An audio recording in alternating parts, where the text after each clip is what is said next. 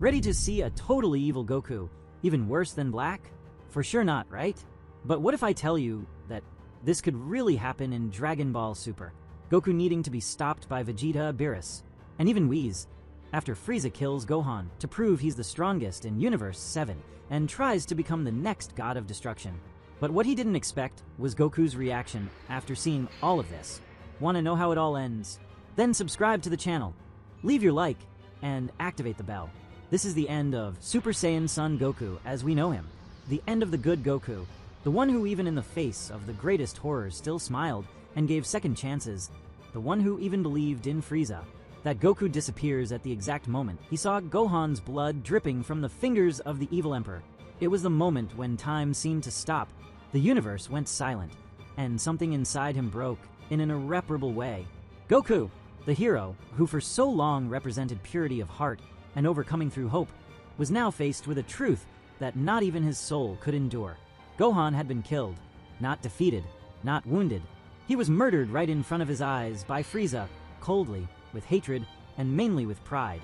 And the worst, Goku, even in his Ultra Instinct form, couldn't stop it. He was there, present, strong, trained, with divine reflexes. But he couldn't save his own son. The scene wasn't just devastating. It was personal. It was the end of something that until then had sustained Goku. The idea that he would always arrive in time. This time, he didn't. And when he approached Gohan's body fallen, with his eyes still stuck in his last expression of pain, he didn't scream. He cried. Something very different from what happened with Krillin on Namek, when his brutal death made Goku explode in rage and become the legendary Super Saiyan for the first time. Here it was different. There was no explosion. There was silence. A silence so deep that not even Frieza dared to interrupt it. Goku fell to his knees. His body trembled. His hands didn't know what to do. And his eyes shed tears that burned the silver aura of Ultra Instinct. For the first time, Goku felt that he wasn't a warrior. He was just a father, facing the greatest failure of his life. And that feeling didn't generate rage. It generated emptiness. A deep emptiness that, little by little, started distorting the pure instinct of the divine technique. Remember that, at this moment, he didn't even think that the Dragon Balls could bring Gohan back. Just seeing this, he was in his worst state, something never seen by anyone. Ultra Instinct demands calm, emotional control, and total focus. But at that moment, these qualities were corrupted by unbearable pain. And with that, something new began to emerge. A new transformation, not born from mastery, but from rupture.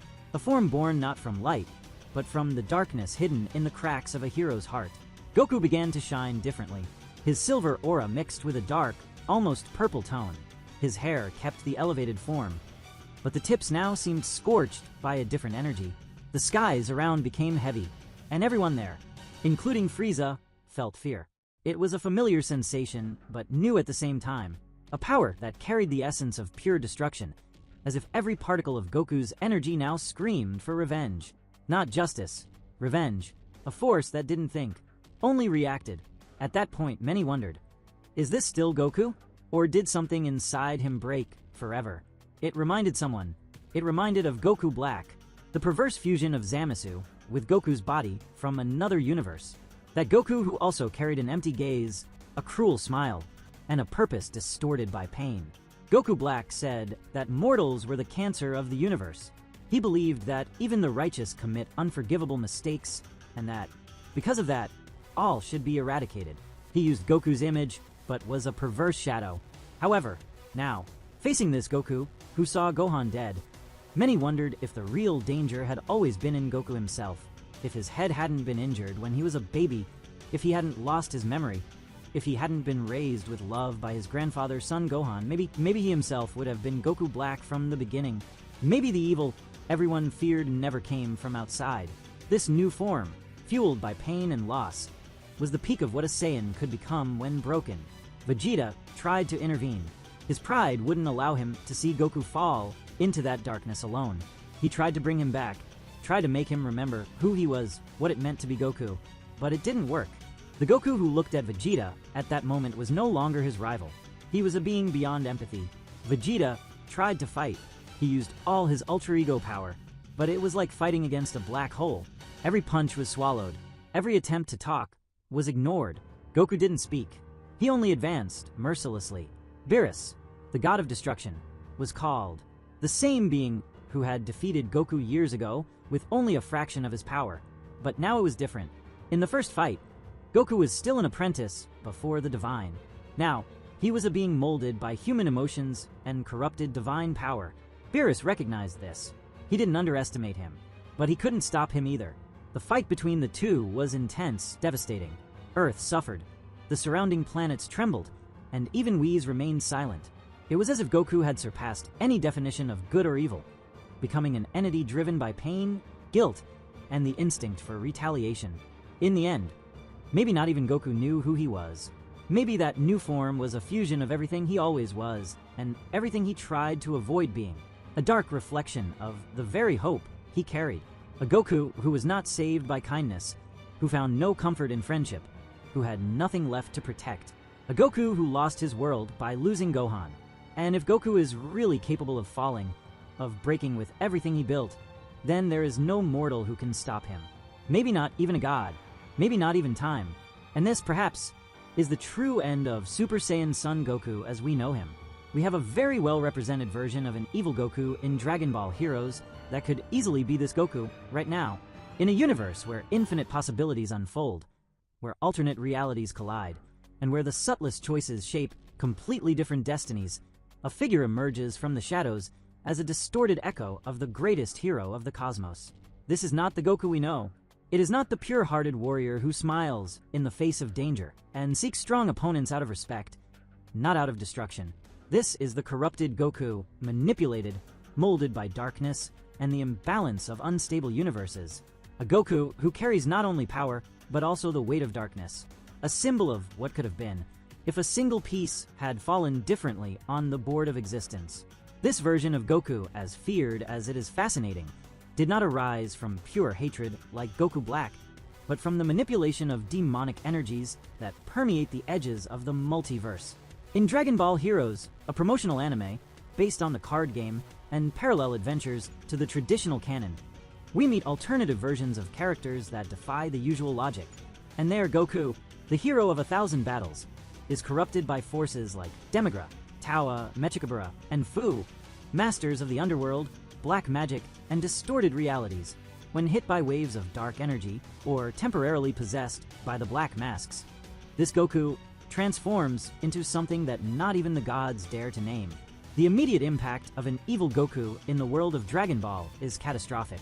Unlike common villains, he is not someone to be underestimated. He already possesses refined battle instincts, experience in fights against gods, monsters, and entities from entire universes. He knows the fighting styles of all his allies and enemies. Once corrupted, these skills are not lost. They just gain a layer of unpredictability and coldness. He does not hesitate. He shows no mercy. He does not enjoy the battle. He destroys. This Goku becomes a universal predator, as if he were the final personification of what the fighting instinct can become without the filter of the heart.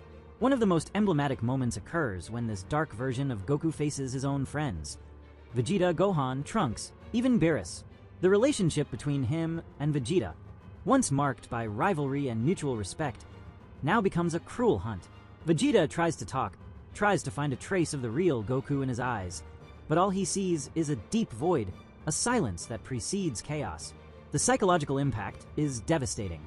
The one who was the symbol of hope now represents the greatest danger, not just because he is powerful, but because he knows exactly how to destroy everything he once protected. In the world of heroes, Goku is a legendary figure, so when the news that he was corrupted spreads across the parallel universes, fear settles like an uncontrollable wave. The timelines try to react. The Time Patrol sends warriors like Trunks Zeno and Goku Zeno to try to stop this anomaly. But the power of this dark Goku is beyond predictions. He crosses dimensional barriers with ease, manipulates ki as if it were living matter, and emits an aura that disintegrates reality around him. It is no longer about physical strength. It is about a power that contaminates the very natural order of time and space. Even the gods of destruction hesitate to confront him. His dark energy, remnants of the influence of Mechikabura and demonic energy, makes even the Kaioshins feel nauseous when approaching. Whis, the guiding angel of Beerus, admits that this version of Goku is a reflection of the cosmic destabilization caused by excessive manipulation of time. The existence of this evil Goku is a reminder that the Dragon Ball multiverse is not just a battlefield, but also a field of mistakes and unpredictable consequences. Visually, this evil Goku is impressive. His hair remains elevated, sometimes resembling Super Saiyan 3 or the blue form, but always surrounded by a dark aura, mixing black, violet, and a sinister red glow.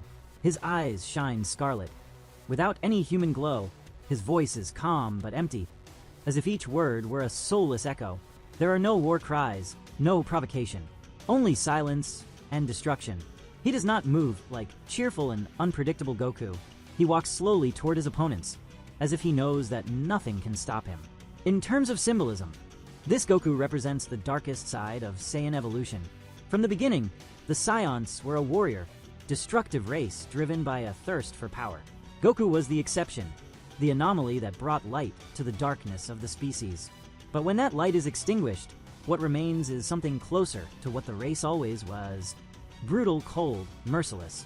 It's as if the universe were testing what happens when the balance between goodness and power is broken. This Goku does not want to rule. He does not want revenge. He does not want anything. He just walks, destroying everything in front of him. The existence of this Goku causes shockwaves, even in the main universes. Gohan and Goten feel an energetic disturbance that makes them tremble. Piccolo, master and mentor, wonders if there is a contingency plan in case something similar happens in his world. Bulma, in another timeline, tries to develop a device to locate dark versions of the Z Warriors before they escape their dimensional limits. Even Zeno, the king of everything, watches with curiosity, and some fear what might happen if this Goku crosses too many barriers of alternative fiction and affects the core of the main multiverse. But perhaps the greatest impact of this evil Goku is not physical or energetic. Perhaps it is psychological, a visual representation of what anyone can become when pain, loss, and corruption become unbearable. He is the ultimate what if. What if Goku had never hit his head? What if Goku had been trained by Raditz?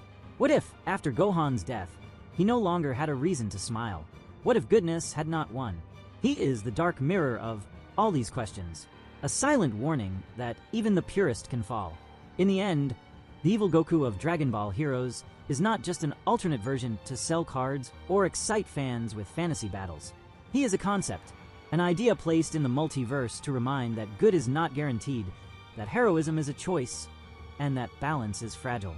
He is the warning that all power brings risk, and that even the greatest hero in the universe can become the greatest villain if hope breaks. And faced with that, the question that remains is, if even Goku can fall, who will save us?